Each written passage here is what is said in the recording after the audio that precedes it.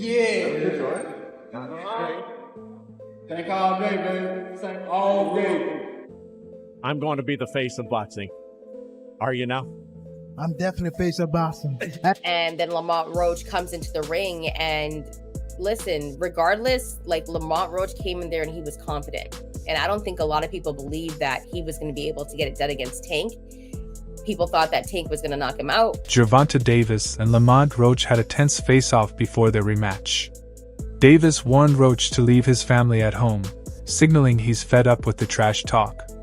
The exchange highlighted the personal intensity of their rivalry. And I promise you, you better lead them home. You better lead the females home. On my mother, you better lead the females home and the kids. On my mother. Yeah, now watch this. Now watch. They gonna be now there. watch.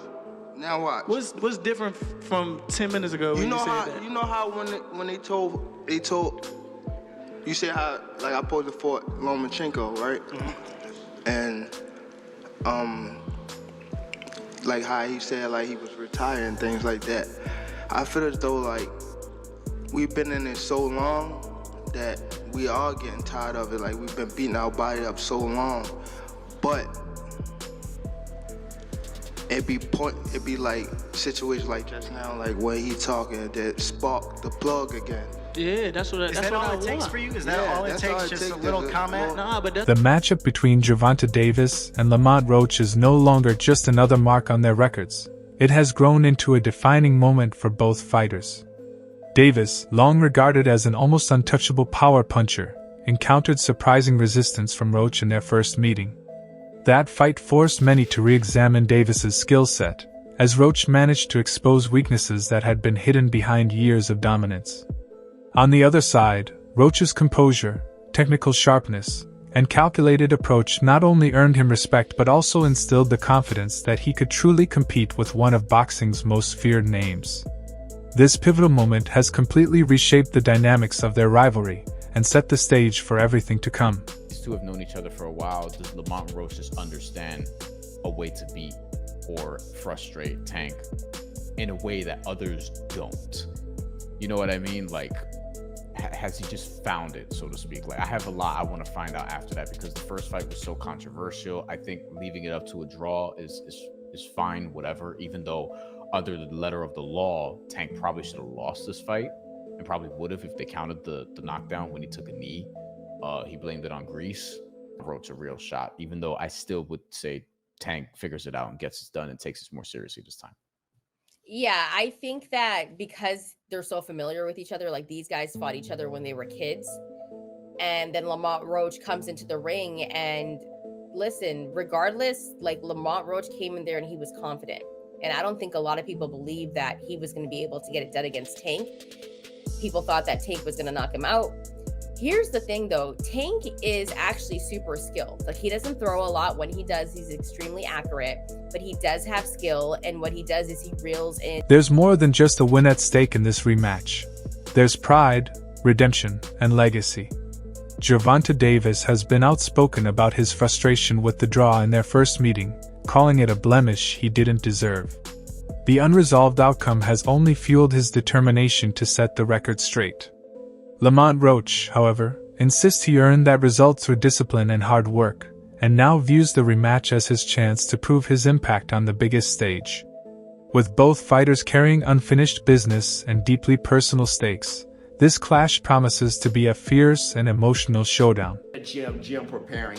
I think the rematch with Roach versus Gervonta can actually be more exciting than the first one. In my opinion, I've said this many times, the actual fight itself wasn't that crazy. The crazy thing is what you've never seen before, the knee. As far as a boxing match, it was, if you look at the copy box, they didn't throw a lot of punches. It wasn't like, it wasn't really a great fight. But as far as the fight itself, the second one can't, because I think Tank is coming for blood. He's not going to pull his punches at all. I don't think he really did the first time, but I'm not sure how well he prepared or how mentally focused he was. I think you're going to get the very best Tank in a rematch, and you may just get an even better Lamont Roach, since Lamont Roach don't have to speculate if he's good enough. He fought Tank. He has more confidence now than he did before, and he felt that he was robbed. So he's going to be on one. I think the rematch is going to be far more. Davis has always thrived under pressure, but this camp has revealed a new level of focus. He's training not just to win, but to dominate. His preparation is centered on sharpening his ring IQ and correcting the defensive lapses Roach exploited in their first fight. While his explosive power remains his trademark, Davis is now emphasizing timing and counterpunching to neutralize Roach's speed and precision. The criticism he faced after their initial clash has only fueled his drive, pushing him to prove he's still the king of his division. Every session reflects his determination to remind the boxing world why he once stood untouchable. I really think Tank go take the L. I've been seeing it. They said it's over. They think that this time Lamont go in more confident, knowing that basically he can, really take it to Tank. Yeah, I want him to go in there confident. He's very skilled. Go in there confident. Because you gonna go up against a different Tank, like I told y'all in previous videos. He gonna go in there confident, thinking he could walk Tank down.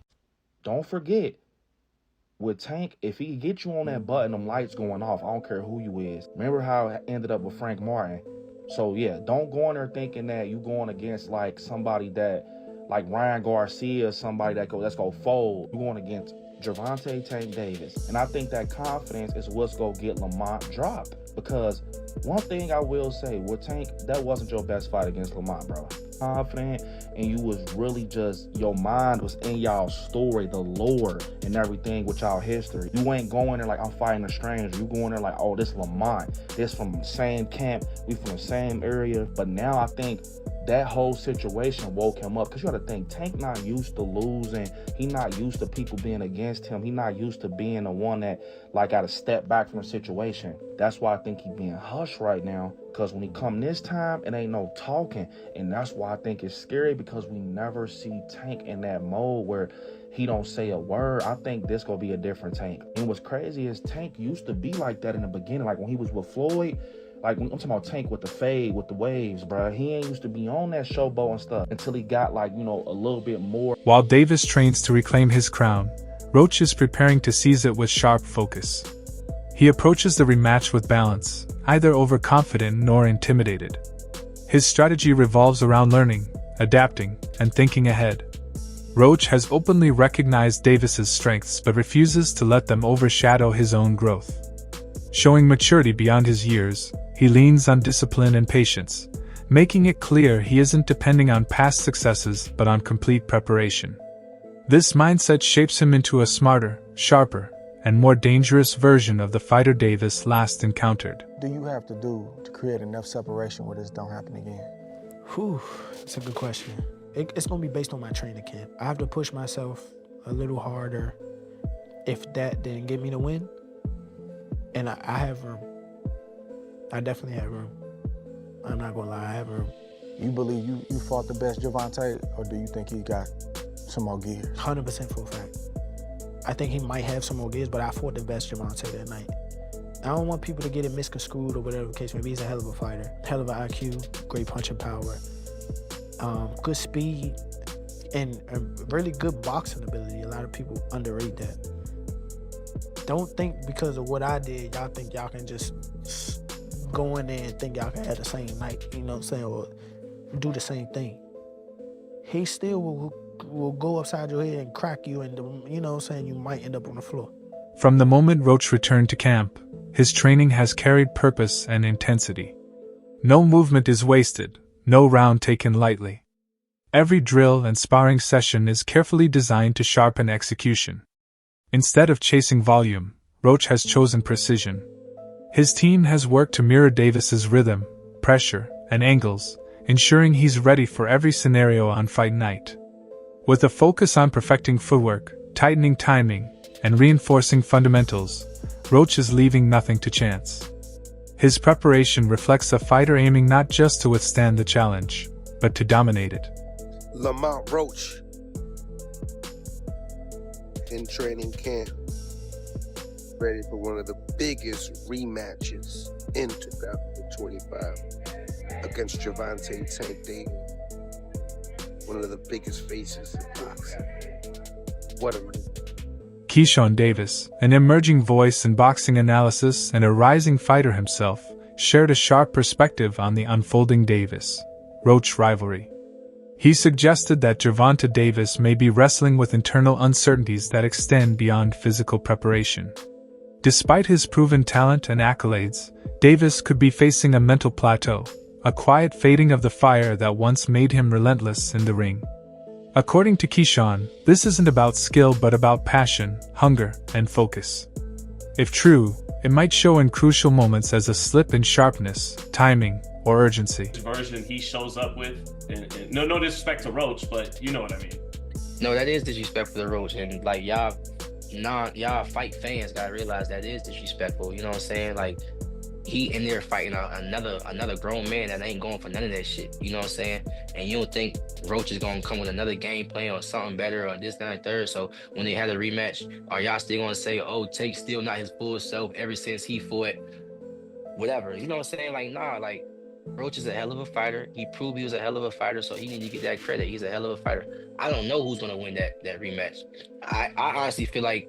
On the other hand, Lamont Roach is portrayed as a fighter on the rise, confident, focused, and fueled by purpose.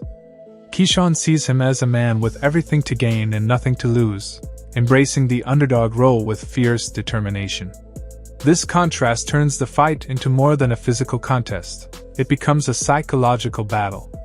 Will Davis rediscover the fire that once made him elite, or will Roach's momentum and mental clarity tip the balance? Keyshawn's perspective highlights the emotional and mental layers of elite boxing, where mindset can be just as decisive as skill or conditioning. Lost the love for the sport, and he's no longer hungry anymore. Well, that's what I was getting at. Yet you got a guy that's just super hungry and never had no attention, now getting all his attention, and now he get around two of his attention. Is like shit, that's kind of hard to beat. You know what I'm saying? But at the end of the day, Tank is he's still a great fighter. You know what I'm saying? So that's what I'm saying. It's 50-50. And to your point, we were saying, okay, he lost love of the sport. I don't really think Canelo got the same love he had for the sport when he was. Conversations with Roach's inner circle revealed just how much strategic depth is behind his preparation. His father, who has been a steady guide throughout his journey, pointed out that Davis entered their first meeting with noticeable caution. According to him, this wasn't rooted in fear but was instead a tactical choice, a way of approaching Roach's unpredictable style and his ability to adjust on the fly. Roach's team believes that this early hesitation handed them a subtle psychological advantage, one that they are determined to expand upon in the rematch. They also hint at outside factors, suggesting that industry forces played a role in pushing the first fight forward despite Davis's private reservations. This adds a layer of intrigue, bringing the politics of boxing promotions and decision-making into the equation. For the rematch, their plan is centered on exploiting Davis's hesitation, ramping up the pressure, and seizing control of the tempo from the opening rounds. They are convinced that the mental groundwork established in the first fight will only grow stronger this time. For Roach's team, this is far more than a rematch. It is the continuation of a strategy they believe was already successfully set in motion. You gonna see the difference. I mean, I believe we want to fight. Nobody can tell us different. The majority of the world believe we want to fight. So you gonna see. Both of them gonna raise their level. Both of them. So yeah, they're gonna make for a greater fight. But no way, neither of them are gonna knock each other out. Legacy stands at the heart of Roach's mission. This fight is not just another payday or a fleeting moment of fame. It's about etching his name into boxing's history. A victory over Gervonta Davis would elevate him to a new level, marking the arrival of a polished and dangerous force within the division. Roach has been open about his belief that respect must be earned through action, not hype. Every aspect of his preparation, from his diet to his sparring partners to his approach with the media, has been carefully aligned with that vision. Roach is chasing more than just a win. He's chasing a moment that will define his career forever. Match is being targeted for June 21st in Las Vegas. Now, it's good that they're running it back without wasting any time because Roach absolutely deserves a rematch. I mean, I thought he outboxed Tank the last time around. He came up a division as a gigantic 10-1 underdog, and he was the one on the front foot, landing his jab, the body shots, the combinations, throwing a lot more volume. I had it 7-5 Roach, and the no knockdown in round 9 was the reason it was a draw. If that knockdown was scored, that would have been a decision for Roach. But with all that being said, I do like Tank a lot more in the rematch. I thought he fought way too much on the back foot in the first fight, especially the first few rounds. He would land 1 or 2 punches per round, but as he started becoming the aggressor in the later rounds, he kept landing a lot more left hands and body shots. So Tank just needs to make this a dogfight, get into more exchanges, and that's where he'll land a lot more punches on Roach. When he's sitting on the back foot waiting for a counter, that's where Roach is comfortable and winning most of the rounds. So if Tank can fight the same way he did against Ryan Garcia, rounds 3 to 7, against Mario Barrios in the later rounds, or Frank Martin rounds 4 to 8, if he's the one on the front foot, then I do think he'll stop Roach in the rematch. That wraps up today's video. Stay locked in, we'll be back with more soon.